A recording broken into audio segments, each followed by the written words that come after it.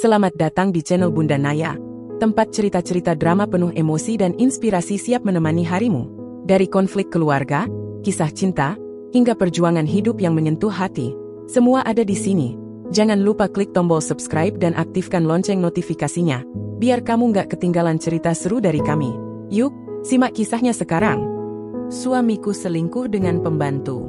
Ku usir mereka, ku blokir segalanya tanpa ampun. Kamu pikir aku bodoh? Aku kasih kamu rumah, kasih kepercayaan, kamu malah tidur sama pembantu di belakangku. Sekarang dengar baik-baik. Semua aku blokir. Rumah ini bukan tempatmu lagi. Malam itu hujan turun pelan, mengguyur genting rumah besar berarsitektur modern yang berdiri kokoh di pinggiran kota. Lampu-lampu ruang tamu menyala lembut, menciptakan kesan hangat di tengah dinginnya udara. Namun kehangatan itu hanya tipuan. Di balik dinding rumah yang tampak damai, badai besar telah menunggu untuk meledak. Mesjura berdiri di dapur, masih mengenakan daster panjang berwarna biru tua. Tangannya sibuk menggosok piring, meski pikirannya melayang entah kemana. Ia merasa aneh. Sejak sore, Yulina, pembantu mudanya, terlalu sering keluar masuk kamar Galendra, suaminya. Galendra juga tidak seperti biasa. Terlalu manis, terlalu senyum, terlalu banyak diam saat diajak bicara. Kecurigaan menyesaki dada Mesjura. Ia menoleh ke arah ember air cucian piring yang sudah keruh, lalu mematikan keran. Pelan-pelan, ia melangkah keluar dari dapur. Langkahnya terhenti di ambang pintu ruang tamu.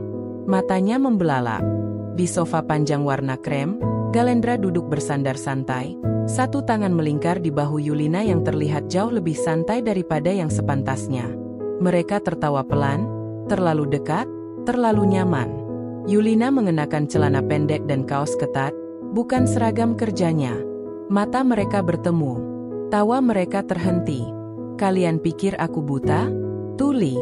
Suara Mesjura meledak, menggelegar di seluruh sudut rumah. Yulina langsung berdiri kaget, sementara Galendra bangkit dengan panik. Mesjura, tunggu. Ini. Tunggu apa, Galendra? Seru Mesjura sambil menunjuk mereka bergantian. Tunggu aku jadi lebih bodoh dari yang kalian kira. Sudah berani kalian berdua berzina di rumahku sendiri. Ini salah paham, kata Galendra, suaranya bergetar. Ia mencoba mendekat. Namun Mesjura sudah berbalik menuju dapur. Langkahnya cepat, matanya merah. Ia meraih ember berisi air cucian piring, penuh sisa sabun dan lelehan minyak. Dengan satu tarikan napas, ia kembali ke ruang tamu. Yulina hendak lari, tapi tak sempat. Biur. Air cucian tumpah menyiram tubuh Yulina dari kepala hingga lutut. Gadis itu menjerit, tubuhnya gemetar, rambutnya lepek menempel di wajah. Galendra hanya berdiri diam, tak percaya. Begitu caranya kau balas kebaikanku, Yulina? Ku beri makan, tempat tinggal, pekerjaan, dan kau tidur dengan suamiku. Bu Mesjura, maaf saya cuma, Yulina tak bisa melanjutkan. Suaranya tercekat oleh tangis dan rasa malu. Mesjura menunjuk pintu. Keluar. Sekarang juga. Kalian berdua. Dan jangan pernah injakan kaki ke sini lagi. Rumah ini bukan kandang babi. Galendra menunduk. Zura, tolong, kita bisa bicara baik-baik. Baik-baik. Setelah kau bawa perempuan murahan ke ranjangku, kau kira ini sinetron? Teriak Mesjura, nadanya serak oleh amarah. Hening sejenak. Hanya suara hujan yang terdengar dari luar. Zura, aku Vilaf.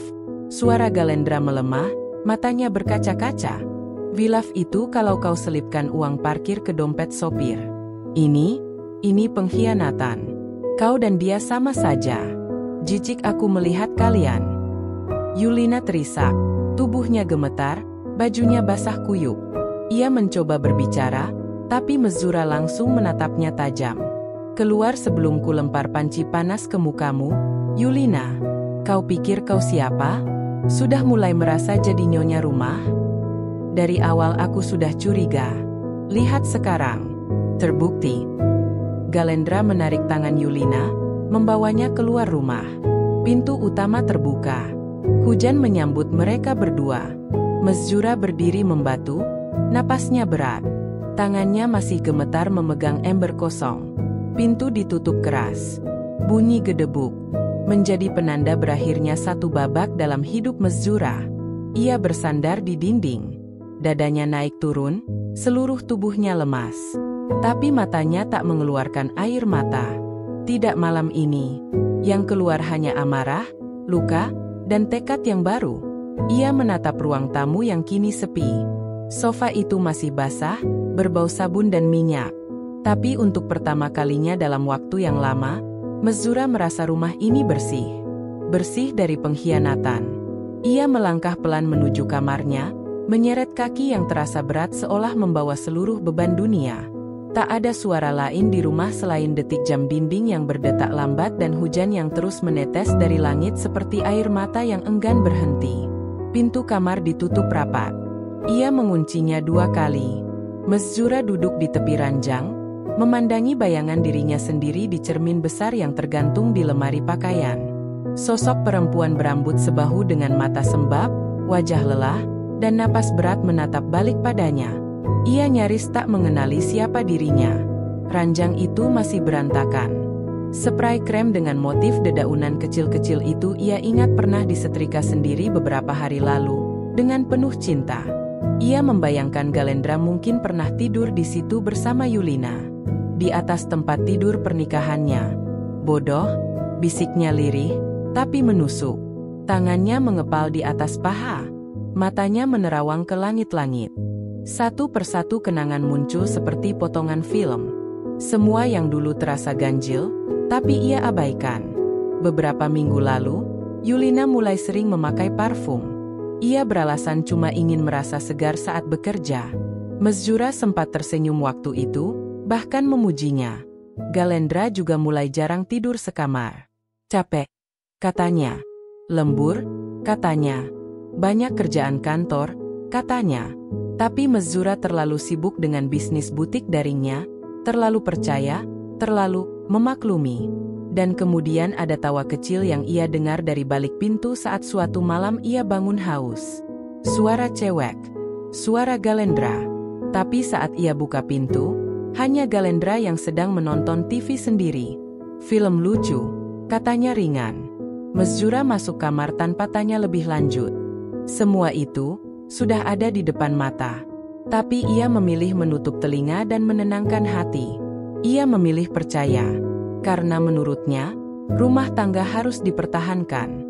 Kini, rumah itu berdiri utuh, tapi pernikahannya runtuh. Dan ia sendiri yang membiarkan puing-puingnya tertumpuk selama ini. Ia memejamkan mata, membiarkan air matanya tumpah diam-diam. Tak ada isak, hanya kesenyapan. Kesedihan yang dalam bukan selalu disuarakan dengan jeritan. Kadang ia hadir dalam hening yang menusuk seperti pisau dingin. Aku istri macam apa? Katanya pelan. Ia berdiri pelan, membuka lemari, dan menemukan setumpuk kemeja Galendra masih tergantung rapi. Aroma parfum khas suaminya masih melekat. Dengan tatapan dingin, ia menarik semuanya, melempar ke lantai. Lalu satu persatu, ia lipat dan masukkan ke dalam koper besar berwarna hitam. Tak ada kata yang keluar. Semua dilakukan dalam diam. Di atas koper itu, ia letakkan foto pernikahan mereka. Bingkai kayunya sudah lama usang, tapi senyum mereka di dalam foto masih muda dan penuh harapan. Sebuah ironi. Mesjura terduduk di lantai, menatap koper penuh kenangan itu. Tangannya menyentuh perutnya sendiri. Mereka belum dikaruniai anak. Dulu ia menangis karena belum diberi momongan. Kini, ia justru bersyukur. Ia tak bisa membayangkan harus menjelaskan semua ini pada anak kecil. Hujan masih turun. Tak ada tanda akan reda. Ia bangkit, berjalan menuju jendela, membuka sedikit tirai, menatap luar rumah yang gelap. Lampu taman menyala, samar. Di balik gerimis itu, ia membayangkan Galendra dan Yulina mungkin masih berdiri mencari tempat berteduh. Tapi ia tidak peduli. Tak ada ruang lagi untuk kalian di sini, gumamnya. Ia kembali ke ranjang. Menarik selimut, bukan untuk tidur, tapi untuk melindungi dirinya sendiri dari dunia yang baru saja berubah. Atap yang dulu melindunginya kini terasa seperti sangkar. Rumah itu dingin, luas, dan sunyi. Tapi untuk malam ini, ia membiarkan dirinya tenggelam dalam luka. Tak ada motivasi, tak ada penguatan diri. Hanya perempuan patah hati yang mencoba bertahan hidup satu malam lagi, di rumah yang seharusnya menjadi tempat paling aman, namun kini menjadi sumber segala perih. Mezura tak bisa tidur. Kepalanya penuh suara dan bayangan. Ia menatap langit-langit kamarnya yang gelap, mencoba membunuh waktu dengan hening, tapi pikirannya menolak tenang. Yang muncul malah potongan-potongan ingatan, fragmen masa lalu, ketika semuanya tampak biasa, bahkan hangat. Yulina datang ke rumah mereka 2 tahun lalu. Gadis kurus dengan wajah polos, kulit sawo matang, dan rambut ikal panjang yang sering diikat asal. Saat itu ia baru berusia 20. Datang dari desa kecil, katanya, ingin mencari rezeki untuk membiayai adiknya sekolah. Mezura masih ingat bagaimana dulu ia merasa kasihan. Kalau kamu rajin dan jujur, saya nggak akan pelit, Lin, katanya waktu itu di dapur, saat pertama kali mengajari Yulina menata peralatan makan. Yulina mengangguk cepat, gugup. Iya, Bu Mezura, saya janji nggak akan bikin ibu susah. Dan memang, di awal-awal, Yulina adalah pembantu teladan. Bangun lebih pagi dari siapapun, rajin membersihkan rumah, bahkan sering menyiapkan sarapan tanpa diminta. Ia ramah, tapi tak pernah lancang. Namun seiring waktu, ada yang berubah. Perlahan tapi pasti, senyum Yulina mulai terasa berbeda. Manis, tapi bukan lagi senyum hormat. Lebih seperti senyum perempuan muda yang tahu sedang dilirik. Perubahan itu pertama kali terasa di meja makan. Suatu pagi, Mezura turun ke ruang makan dan melihat Yulina sedang menuangkan kopi untuk Galendra. Mereka tertawa kecil. Galendra tampak nyaman, terlalu nyaman.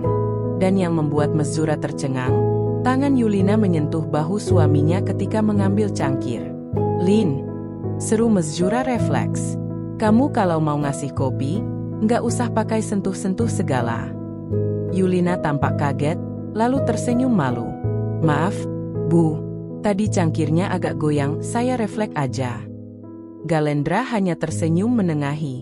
Zura, jangan lebay. Namanya juga pembantu, nggak sengaja. Hari itu, Mezura mencoba menepis perasaan tidak enaknya. Ia berkata pada dirinya sendiri bahwa mungkin ia terlalu sensitif. Tapi hati kecilnya menolak percaya sepenuhnya. Perubahan Yulina semakin mencolok dalam bulan-bulan berikutnya. Ia mulai sering memakai bedak saat bekerja, dan lipstik tipis warna muda yang katanya, biar nggak pucat. Pakaian kerjanya juga makin ketat, lebih pendek, kadang menampakkan bagian tubuh yang tak seharusnya untuk seorang pekerja rumah tangga. Lin, kamu pakai baju ganti yang lebih longgar. Ya, ini terlalu sempit, tegur Mezura suatu sore di dapur. Yulina hanya tertawa kecil. Ibu iri. Ya, saya makin langsing. Mezura tercekat, tak menyangka jawaban setajam itu. Tapi ia tak ingin memperpanjang. Saya nggak main iri-iri, Lin.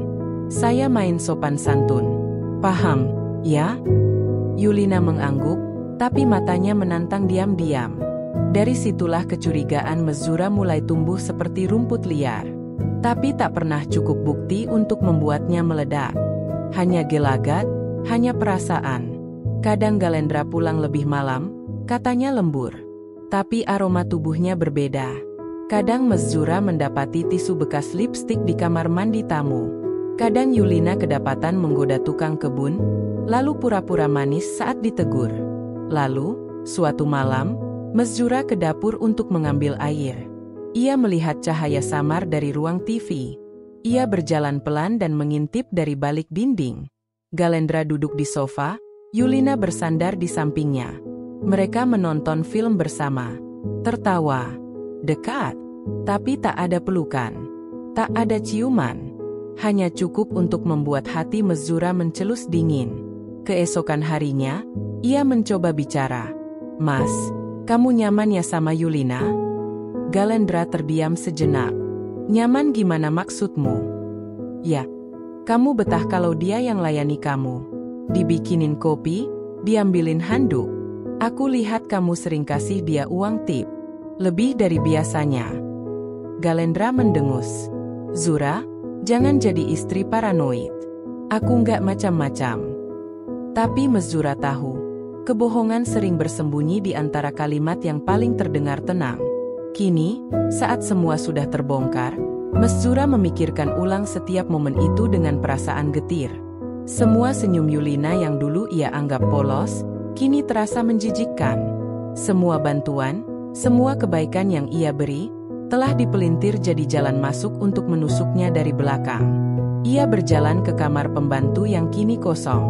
Kasurnya masih ada, bantal masih tertata, lemari kecil terbuka, pakaian Yulina telah lenyap.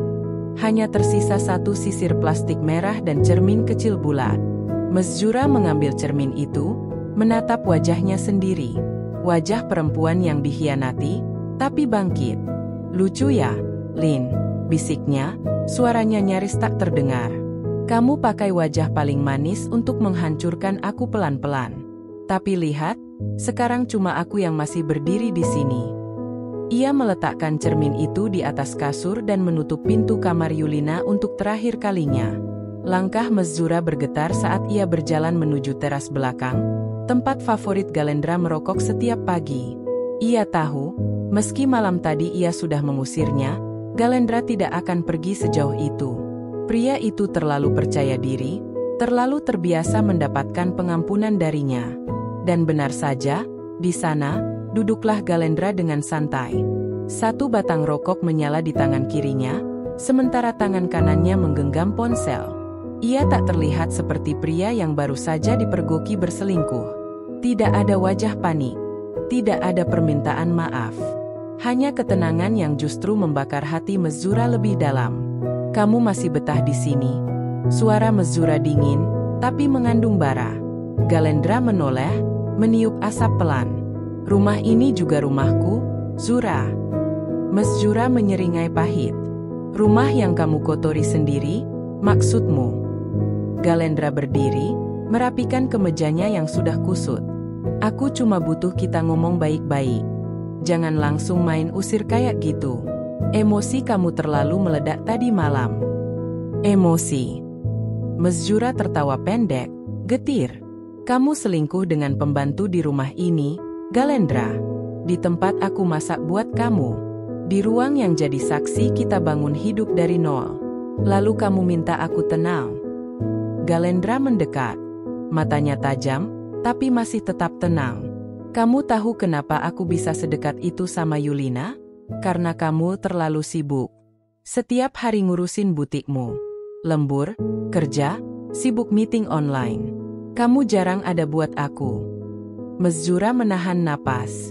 Hatinya mencelos, tapi ia tahu ini saatnya melawan, bukan mengibah.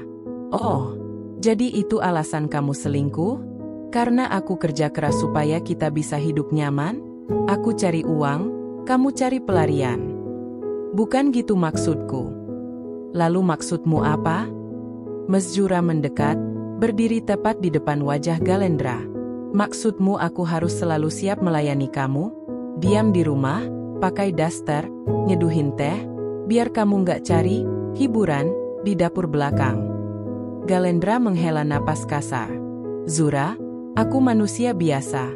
Aku butuh ditemani. Kamu selalu jauh. Kamu berubah. Mes Zura menunjuk dada Galendra. Aku berubah karena kamu yang memaksa. Karena kamu terlalu nyaman dilayani. Karena kamu nggak pernah benar-benar berusaha jadi pasangan yang hadir. Kamu pikir aku nggak lelah? Tapi aku tetap setia. Galendra menggeleng perlahan. Kamu terlalu dramatis. Kamu terlalu tenang untuk seorang suami yang baru saja saya tangkap basah. Bentak Mes Zura. Suaranya menggema sampai ke dalam rumah. Tiba-tiba Mes Zura berbalik, berjalan cepat ke dalam rumah, dan kembali beberapa detik kemudian sambil membawa satu bundel amplop dan ponsel di tangan. Ia melempar tumpukan itu ke atas meja teras. Nih, bukti transfer kamu ke rekening Yulina tiap bulan. Jumlahnya lebih dari gaji bulanan. Dan ini, ia membuka galeri ponselnya. Rekaman kamera CCTV dapur. Kalian pikir aku bodoh? Aku lihat kalian peluk-pelukan di dapur waktu aku lagi di luar kota. Galendra pucat. Mulutnya terbuka, tapi tak ada kata keluar. Masih mau bilang aku terlalu sibuk? Atau kamu memang terlalu bejat? Galendra menunduk.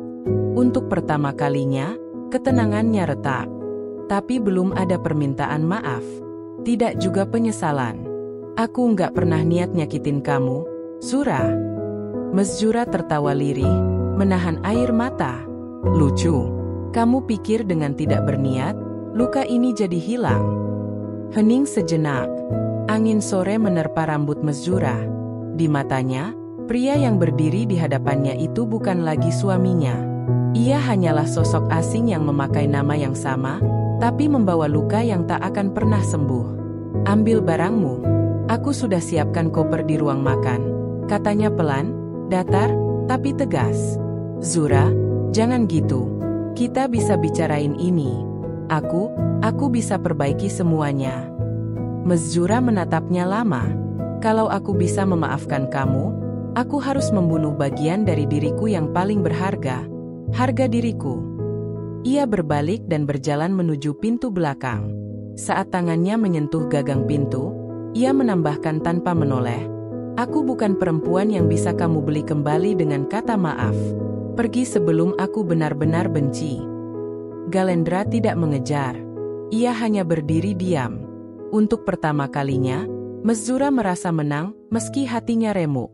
Malam turun seperti selimut dingin yang tak memberi hangat. Mesjura menutup pintu belakang pelan-pelan, lalu memutar kunci 2 kali.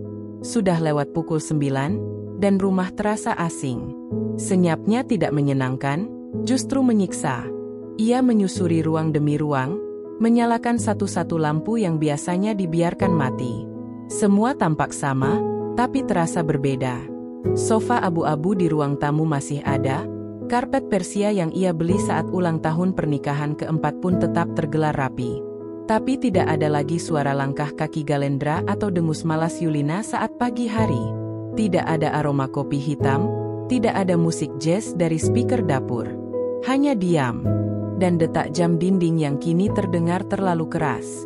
Mesjura berdiri di tengah ruang makan.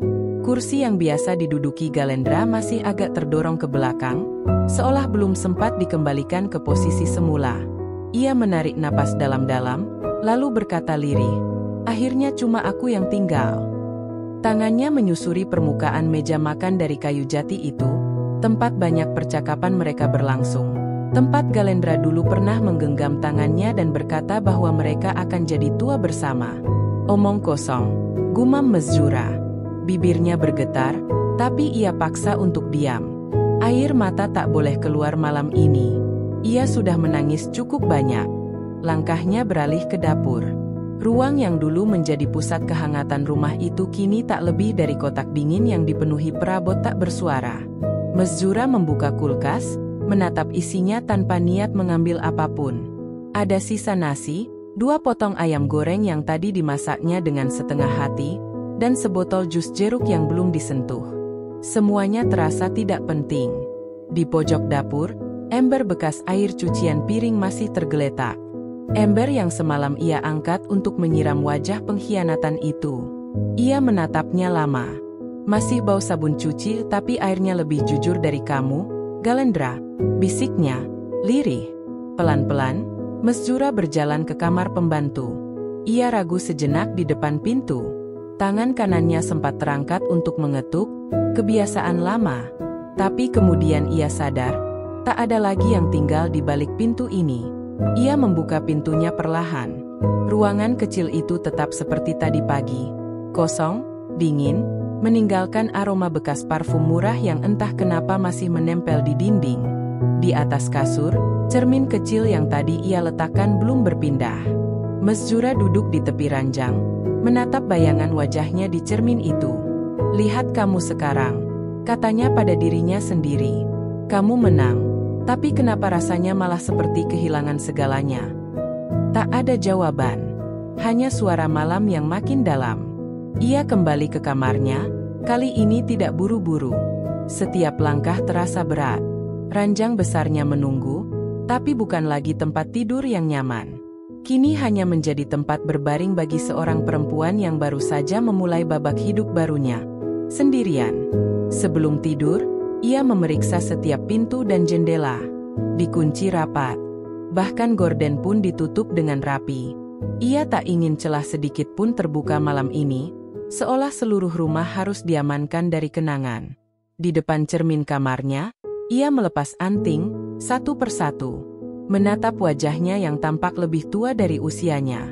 "Apa kamu masih pantas dicintai, Mes?" gumamnya. Lalu ia tertawa kecil, bukan karena lucu, lebih karena getir. "Kamu baru saja dibuang oleh dua orang yang kamu beri kepercayaan. Tapi anehnya, kamu tetap di sini, berdiri, masih bisa nafas." Ia menatap keluar jendela dari sela gorden. Lampu jalan menyala kuning. Hujan rintik-rintik mulai turun, menambah sunyi malam. Mesjura mematikan lampu, lalu naik ke ranjang dan menarik selimut sampai ke dagu. Untuk pertama kalinya sejak pernikahannya, ia tidur dengan pintu kamar dikunci dari dalam. 2 kali putaran. Jendela ditutup rapat, dan lampu lorong tetap menyala. Bukan karena takut pada dunia luar, tapi karena sekarang, bahkan rumah sendiri tak lagi terasa aman. Pagi itu, Mesjura bangun lebih cepat dari biasanya. Matahari belum benar-benar muncul, tapi langit mulai terang. Ia duduk di tepi ranjang, menatap lantai dengan pandangan kosong. Lalu, seperti tersadar, ia menghela napas panjang dan bangkit. Tidak ada air mata pagi ini, tidak juga rasa lemah. Hanya satu kata yang berputar dalam kepalanya, kendali. Setelah mandi dan mengenakan setelan kerjanya, blazer hitam dengan kemeja krem bersih, Mesjura menyambar tas tangan dan map dokumen yang semalam sudah ia siapkan. Di dalamnya ada fotokopi KTP, buku tabungan, surat-surat legal, dan salinan rekening bersama. Semua siap. Di depan kaca, ia berkata pelan pada bayangannya sendiri, "Hari ini, kamu ambil alih semuanya. Sekarang, kamu yang kendalikan." Langkah pertamanya adalah bank utama, tempat rekening tabungan dan kartu kredit atas nama bersama disimpan. Petugas teller menyambutnya dengan senyum sopan. Tapi Mesjura tidak membalas dengan ramah seperti biasa. "Hari ini, tidak ada basa-basi." "Selamat pagi, Bu Mesjura. Ada yang bisa saya bantu?" "Saya ingin memblokir semua akses keuangan atas nama Galendra Samatra dari rekening gabungan kami. Per hari ini." Petugas itu tampak terkejut, tapi segera bersikap profesional. "Baik, apakah ada alasan khusus? Kami perlu mencatat permintaan Ibu secara resmi." "Perselingkuhan, penyalahgunaan dana bersama. Saya punya dokumen lengkap," jawab Mesjura sambil menyerahkan map. Di ruang layanan prioritas, ia menandatangani beberapa dokumen dengan tangan stabil. Petugas menjelaskan proses pemisahan dan pembekuan sementara hingga semua aset bisa dialihkan sepenuhnya. Tak ada keraguan di mata Mesjura. "Berapa saldo terakhir?" tanyanya. Petugas mengetik di layar dan menyebut angka. Mesjura mengangguk. "Transfer semuanya ke rekening pribadi saya. Dan tolong blokir seluruh kartu debit atas namanya. Hari ini juga." Sebelum pergi, ia sempat bertanya, kalau dia mencoba akses dari aplikasi, "Kami akan tolak permintaan. Kami simpan catatan permohonan resmi Ibu." Mesjura mengangguk pelan. "Terima kasih. Hari ini saya hanya ingin satu hal, bebas." Langkah selanjutnya adalah kantor notaris. Ia sudah membuat janji sehari sebelumnya. Pak Rifdan, notaris yang dulu juga mengurus surat-surat properti mereka, tampak terkejut melihatnya datang sendiri. "Sendiri, Bu Mesjura?" tanyanya hati-hati. "Saya sudah tidak butuh pendamping tanda tangan, Pak," jawabnya singkat. Mereka berbicara soal revisi dokumen kepemilikan rumah, kendaraan, hingga akta perusahaan kecil yang dulu dibuat atas nama keduanya. Kali ini, semuanya akan diubah hanya atas nama Mesjura. Pak Rifdan menatapnya sesaat. "Ibu yakin ingin menghapus nama suami dari seluruh aset?" Saya yakin ingin menghapus jejak pengkhianatan dari hidup saya, Pak Rifdan. Ia menandatangani semua dokumen dengan tenang. Tak satu pun tangan yang bergetar. Setelah itu, ia berdiri, merapikan tasnya, dan menatap langit-langit sebentar. Saya sudah terlalu lama percaya pada orang yang salah. Tapi saya tidak akan biarkan dia mencuri waktu saya lebih lama. Sebelum siang, Mezura mampir ke ATM. Ia berdiri lama di depan mesin, memeriksa daftar transaksi yang mencurigakan selama 3 bulan terakhir. Ada banyak transfer kecil, 100.000, 200.000, berulang, ke akun yang kini ia tahu milik Yulina. Ia mencetak struk, lalu diam beberapa saat. "Dulu kamu pikir aku nggak akan tahu ya, Len?" bisiknya. "Sekarang lihat, kartu kamu sudah tidak bisa dipakai buat apa-apa lagi." Dengan tenang, ia menelan kartu ke mesin dan memilih opsi, blokir permanen. Langkah terakhir adalah kantor butiknya sendiri, tempat Mezura biasanya menjadi pemimpin yang hangat dan perhatian. Hari ini, ia tetap bersikap profesional, tapi ada aura baru yang menyelimuti, lebih kuat, lebih tegas. Ketika sekretarisnya, Rani, menyapanya pagi itu, Mezura hanya berkata, "Hari ini saya akan rapat sendiri. Tolong pastikan saya tidak diganggu." Rani mengangguk cepat. "Baik, Bu." Di ruang kerjanya, Mezura menyalakan laptop, membuka spreadsheet keuangan usaha. Ia mulai meninjau ulang alokasi dana, pemasukan pengeluaran, dan semua transaksi di bawah pengawasan Galendra. Ia mulai mencoret nama Galendra dari struktur pengurus. Ia ubah sandi akun email perusahaan. Ia atur ulang semua yang pernah ia bagi dengan pria itu. Dan saat semua selesai, ia bersandar di kursi. Lelah, tapi ringan. Telepon genggamnya bergetar. Nama, Galendra, muncul di layar. Mezura menatapnya. Jemarinya nyaris bergerak untuk mengangkat. Tapi tidak jadi. Ia mengusap layar, lalu menekan, blokir kontak. Di luar jendela, matahari akhirnya bersinar penuh. Mezura berdiri, membuka tirai, lalu bergumam. "Hari ini bukan tentang balas dendam.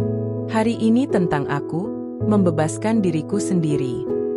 Dan untuk pertama kalinya sejak malam kelam itu, Mezura tersenyum. Bukan karena semuanya baik-baik saja, tapi karena ia tahu, ia sedang menuju ke sana. Namun rupanya, jalan menuju pemulihan tidak hanya dipenuhi perjuangan batin dan legalitas. Di luar pagar rumah, tantangan lain telah menunggu. Lidah-lidah tajam yang tidak mengenal batas, dan mata-mata ingin tahu yang tak tahu malu. Pagi itu, Mezura keluar rumah untuk berjalan kaki sebentar ke warung dekat gang. Udara masih sejuk, tapi suara-suara kecil mulai terdengar dari rumah-rumah berjejer. 2 ibu tetangga, Bu Nirna dan Bu Cika, sedang menyapu halaman sambil berbicara dengan suara yang setengah disembunyikan, tapi cukup keras untuk sengaja terdengar. Katanya si suaminya selingkuh sama pembantunya sendiri. Tapi masa ia langsung diusir begitu aja? Gak takut karma? Ya mungkin dia gak tahan malu, Mbak. Tapi aneh juga, kok kayaknya dia yang malah balik ngatur semua urusan keuangan. Keras, ya? Mezura mendekat. Kedua ibu itu pura-pura berhenti bicara dan menyapa dengan senyum canggung. "Pagi, Bu Mezura," kata Bu Nirna, sambil tetap menyapu satu daun yang sama berkali-kali. "Pagi," balas Mezura, pendek. Ia tak melambat, tapi langkahnya tetap elegan. Hatinya panas, tapi wajahnya tetap dingin. Sesampainya di warung kecil milik Pak Darto, suasana terasa canggung. Biasanya, ia disambut dengan ramah. Tapi kali ini, pembicaraan yang tadinya ramai langsung terpotong. Bu Mezura, pagi, ujar Pak Darto kaku, sibuk mengatur stok telur yang entah kenapa tak selesai-selesai. Di sisi kanan warung, seorang ibu muda berbisik ke temannya. "Itu loh, yang rumahnya gede itu. Katanya suaminya ketahuan selingkuh, pembantunya dibuang, suaminya juga. Tapi masa langsung semua ATM diblokir? Gak dikasih ampun." Mezura menoleh cepat. Ibu itu langsung pura-pura sibuk memilih bumbu dapur. Dengan suara tenang tapi tegas, Mezura berkata, Daripada mengira-ngira, kenapa nggak tanya langsung saja? Mereka terdiam. Pak Darto langsung menyodorkan kantong plastik. Ini belanjaannya, Bu. Dalam perjalanan pulang, ia melewati salon langganan tempat ia biasa merawat rambut dan berbagi cerita ringan. Tapi kali ini, saat ia membuka pintu, suasana berubah. Bu Mezura, ada waktu sekarang? Lama nggak kesini? Ujar Mbak Nida, pemilik salon, agak canggung. Mezura duduk di kursi dan menjawab tenang. Saya butuh perawatan yang bisa meredakan kepala panas. Mungkin hair spa? Mbak Nida tertawa kecil, lalu mulai mencuci rambut Mezura. Di belakang, dua karyawan salon berbisik pelan. Padahal rumahnya adem, ya. Tapi ternyata di dalamnya bisa kayak neraka juga. Tapi aku salut sih, dia berani. Mana suaminya tuh? Aduh, cakep sih, tapi ternyata belok juga. Mezura tersenyum sinis. Ia sudah cukup kuat untuk tahu bahwa diam lebih menghancurkan dari pembelaan. Ketika Mbak Nida selesai memijat kepala, ia berbisik pelan. Saya di pihak ibu. Loh, gak semua orang bisa sekuat itu. Mezura membuka mata. Untuk pertama kalinya hari itu, ia mengangguk pelan. Terima kasih, Mbak. Kadang kita cuma butuh satu orang yang gak ikut mencibir. Malam harinya, ia duduk di beranda. Angin malam berhembus pelan. Tak ada lagi suara tangis, tapi suara-suara luar masih terdengar, bisik-bisik dari balik jendela tetangga, nada sinis dari grup arisan yang kini enggan mengundangnya lagi. Namun, Mezura tahu, ia tidak hidup untuk menenangkan bisik kota. Ia hidup untuk menyelamatkan dirinya sendiri. Dan itu sudah lebih dari cukup. Atau setidaknya, begitulah Mezura meyakinkan dirinya sendiri, sampai ketukan itu datang. Pagi belum genap jam 8 ketika suara pelan namun terus-menerus mengetuk pagar rumah terdengar dari ruang dalam. Mezura yang sedang menyesap teh hangat di dapur menoleh dengan alis mengernyit. Ketukan itu bukan milik kurir, bukan juga satpam komplek. Ketukannya pelan, penuh ragu, tapi mendesak. Menyusup seperti bisikan luka yang belum sempat kering. Ia berjalan pelan ke arah jendela samping yang menghadap pagar depan. Dan di sanalah dia, Yulina. Tubuhnya tampak lebih kurus, wajahnya pucat dan lelah. Rambut yang dulu selalu dikuncir rapi kini kusut berantakan. Ia mengenakan jaket lusuh, dan sandal tipis yang basah karena embun pagi. Matanya sembab, tangannya gemetar memegang ujung pagar. Mezura tidak membuka pintu. Tidak segera. Yulina mendongak saat melihat sosok Mezura berdiri di balik kaca. Dengan cepat ia berkata, suaranya pecah, nyaris tak terdengar. Bu Mezura, maafkan saya. Tolong, saya nggak punya tempat lain. Mezura menatapnya lama, tanpa emosi di wajahnya. Hatinya berdebar, tapi tidak lembut. Ia masih berdiri tegak, walau suara dari masa lalu itu nyaris memecahkan sesuatu dalam dirinya. Yulina melanjutkan, saya nggak tahu harus kemana. Galendra ninggalin saya, Bu. Katanya saya cuma bikin ribet hidupnya. Saya nggak tahu harus makan di mana. Tolong, Bu, kasih saya kesempatan sekali lagi. Saya janji, saya akan bersihkan rumah, cuci piring, apa aja, asal Ibu izinkan saya kembali. Mezura membuka pintu, berjalan pelan ke depan pagar. Tidak untuk membuka, tapi untuk berdiri lebih dekat. Matanya tak berkedip memandangi Yulina. Jadi sekarang kamu ingat cara memohon? Suaranya dingin seperti batu malam. Dulu kamu berdiri di ruang tamu rumah ini dengan senyum penuh kemenangan. Kau kira aku lupa? Yulina menunduk. Suaranya bergetar. Saya bodoh, Bu. Saya ketipu omongan manis Pak Galendra. Saya kira dia beneran sayang. Tapi sekarang saya sadar, saya cuma dipakai. Dipakai? Mezura tersenyum sinis. Jangan pura-pura jadi korban. Kamu tahu apa yang kamu lakukan. Kamu tahu setiap langkah yang kamu ambil dari kamar ke ruang tamu, dari tatapan matamu ke senyuman manismu. Semua sudah kau rancang. Air mata mulai jatuh di pipi Yulina. Saya minta maaf, Bu. Saya nyesel. Saya benar-benar nyesel. Tolong kasih saya kesempatan. Saya nggak punya siapa-siapa lagi. Mesjura merasakan sesuatu mengaduk di dadanya, bukan belas kasihan, tapi kemuakan. Ia mengingat malam itu. Mengingat suara Galendra tertawa bersama Yulina. Mengingat rasa dipermalukan di rumahnya sendiri. Dan luka itu belum sembuh. Bahkan belum mengelupas.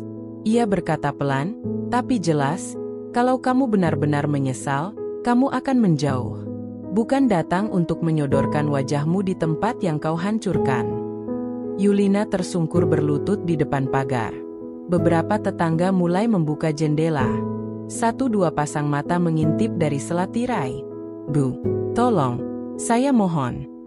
Mesjura menghela napas panjang. Dingin, tegas, tak tergoyah. Kau bukan bagian dari rumah ini, dan tidak akan pernah lagi. Ia menekan tombol pagar otomatis. Gerbang besi perlahan menutup di hadapan Yulina yang masih menangis di luar. Suara mesin terdengar lambat, seperti menyegel masa lalu. Sebelum pintu tertutup penuh, Mesjura berkata lirih tapi menusuk. Dan satu hal lagi, Yulina, jangan pernah ucapkan kata, ibu, padaku lagi. Kau tak pantas. Pintu besi menutup sempurna. Dunia kembali sunyi. Tapi kali ini, keheningan itu tidak dingin. Ada kepastian. Ada garis batas yang akhirnya ditarik jelas. Mesjura berjalan kembali ke dalam rumah, tanpa menoleh ke belakang. Karena orang yang telah merobek harga dirinya tidak berhak menerima potongan apapun darinya, bahkan belas kasihan. Keesokan harinya, saat Mesjura membuka pintu rumah untuk menyiram tanaman di halaman, ia menemukan sebuah amplop putih di atas meja kecil dekat rak sepatu. Tidak ada kurir, tidak ada suara bel. Amplop itu hanya tergeletak di sana, tenang, seperti bom waktu yang belum meledak. Di bagian depan tertulis nama, untuk Mesjura, dari Galendra. Tangannya sempat gemetar saat memungutnya, tapi wajahnya tetap datar. Ia membawa amplop itu masuk ke ruang tamu, meletakkannya di meja, dan menatapnya lama. Seperti sedang menantang kertas itu untuk bicara lebih dulu. Akhirnya, ia duduk, membuka amplop itu perlahan. Kertas yang terlipat rapi di dalamnya memuat tulisan tangan Galendra yang dulu ia kenali betul. Bahkan hanya dari goresan awal huruf M, ia tahu pria itu menulis dengan tangan yang sama, tangan yang pernah menggenggamnya dengan janji setia. Mesjura? Aku tahu aku tak pantas menulis ini, tapi aku merasa aku harus. Aku harus mencoba meski terlambat. Karena meskipun aku telah menghancurkanmu, aku juga sedang hancur tanpamu. Ia berhenti membaca sejenak. Matanya menerawang ke jendela.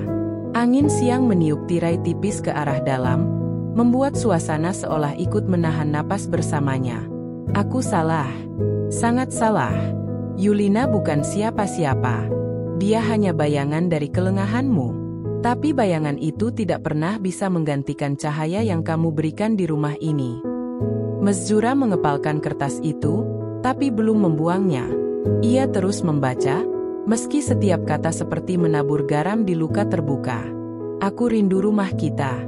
Suaramu di pagi hari, wangi tehmu di sore, dan caramu memandangku, dulu, dengan kepercayaan yang penuh. Di situ air matanya mulai menggenang, tapi bukan karena terharu, karena muak. Kalau kamu masih punya ruang sekecil apapun dalam hatimu, aku mohon, mari bicara. Sekali saja. Bukan untuk membela diriku, tapi untuk menutup luka ini dengan tenang. Aku akan datang ke rumah hari Minggu. Aku hanya ingin bicara. 1 kali. Tertanda, Galendra. Mesjura menatap sisa surat itu. Masih ada 1 paragraf lagi, tapi ia tidak ingin tahu. Ia tidak peduli. Dengan 1 gerakan mantap, ia bangkit, berjalan ke dapur, mengambil korek api, dan kembali ke ruang tamu. Ia duduk, meletakkan surat itu di atas asbak keramik putih, lalu menyalakan api kecil di ujungnya. Kertas itu menyala pelan, merambat seperti luka yang disembuhkan paksa oleh panas. Huruf-huruf yang tadinya penuh penyesalan kini berubah jadi abu dan debu. Sambil menatap api itu memakan kata-kata Galendra, Mesjura bergumam pelan, Kamu datang terlalu lambat. Dan aku tidak lagi butuh penjelasan dari orang yang pernah tega menjadikan aku pilihan terakhir. Suara api mendesis ringan, lalu mati. Yang tersisa hanya abu yang tertiup perlahan ke permukaan meja. Mesjura meniupnya pelan, lalu berdiri dan mengambil kain untuk membersihkannya. Telepon genggamnya berbunyi. Sebuah pesan masuk dari nomor baru. Aku akan tetap datang hari Minggu, Mesjura. Aku tahu kamu masih marah. Tapi tolong satu kali ini saja. Mesjura menatap layar itu lama, lalu menutupnya tanpa membalas. Hari Minggu akan datang, memang. Tapi bagi Mesjura, hari pertemuan bukan lagi tentang memberi kesempatan, melainkan menegaskan bahwa pintu sudah tertutup rapat. Dan pintu itu, kini tak hanya tertutup, sudah berganti bentuk. Sebulan telah berlalu sejak surat terakhir dari Galendra dilalap api. Rumah yang dulu terasa seperti tempat pengkhianatan itu kini telah berwajah baru. Mesjura menata ulang segalanya, dinding dicat putih bersih, tirai diganti warna hangat, dan semua perabot yang pernah disentuh oleh Galendra atau Yulina dibuang atau dijual murah ke tukang loak. Ia berdiri di tengah ruang tamu dengan aroma lilin kayu manis menguar pelan. Meja kopi baru terbuat dari kayu jati dengan ukiran sederhana. Di atasnya, tak ada lagi bingkai foto pernikahan. Yang tergantung di dinding sekarang hanyalah lukisan bunga liar yang tumbuh di tengah celah batu. Sebuah metafora yang terlalu tepat. Mesjura tersenyum kecil, merapikan bantal sofa sambil berbicara sendiri. Akhirnya, rumah ini benar-benar milikku. Bukan milik kenangan yang menyakitkan. Telepon berdering. Nama di layar, Laras, teman masa kecil yang kini menjadi pelanggan tetap kue-kue buatannya. Halo? Zura, maaf ganggu, tapi pesanan kue lapis untuk acara besok bisa ditambah 2 loyang lagi? Tante Rini minta tambahan. Oh, bisa banget. Aku lagi di dapur juga, sekalian bikin adonannya. Nanti aku antarkan sendiri, ya? Wah, makasih banyak. Bisnis kamu makin laris nih sekarang. Ya, pelan-pelan, tapi pasti. Mesjura terkekeh. Aku lebih suka sibuk dengan adonan ketimbang drama masa lalu. Setelah menutup telepon, ia berjalan ke dapur barunya, lebih luas, lebih bersih, dan tanpa jejak Yulina. Kompor, oven, dan etalase roti kecil tertata rapi. Sebuah papan menu digantung dengan tulisan kapur. Mes Hong, dibuat dengan hati yang telah pulih. Tak lama kemudian, bel rumah berbunyi. Kali ini, bukan ketukan penuh ragu, tapi suara riang dari kurir bunga. Pesanan untuk Bu Mesjura. Ia membuka pintu. Sebuah buket bunga matahari disodorkan kepadanya. Kartu kecil tertempel di pita. Untuk hari yang sudah kamu menangkan. Dari Laras. Mesjura tertawa kecil, menatap bunga itu dengan mata yang hangat. Ia meletakkannya di atas meja makan yang baru, menggantikan tempat yang dulu sering dipakai Galendra membaca koran. Terima kasih, semesta, bisiknya. Akhirnya aku bisa melihat terang tanpa bayangan mereka. Sore itu, ia duduk di balkon belakang rumah sambil menyeruput teh hangat. Matanya menatap langit yang mulai berubah jingga. Tak ada rasa dendam yang tersisa. Yang ada hanyalah rasa syukur, rasa cukup. Tiba-tiba, terdengar suara tetangga memanggil. Bu Zura, roti pisangnya bisa dipesan sore ini. Bisa, Bu. 5 bungkus sekalian, ya? 3 aja dulu, takut ketagihan. Suara tawa tetangga itu disambut tawa ringan dari Mesjura. Sambil berjalan ke dapur, ia menatap bayangannya di kaca jendela. Rambut yang kini dipotong pendek sebahu, wajah yang lebih bersinar tanpa beban. Mesjura yang baru, bukan lagi istri yang dikhianati, bukan juga wanita yang ditinggal tanpa penjelasan, tapi seorang perempuan yang memilih untuk tetap berdiri, membersihkan luka, dan mencintai dirinya sendiri lebih dari siapapun. Dan pintu rumah itu tak lagi perlu dikunci rapat, karena kini hanya orang yang layak yang akan bisa masuk.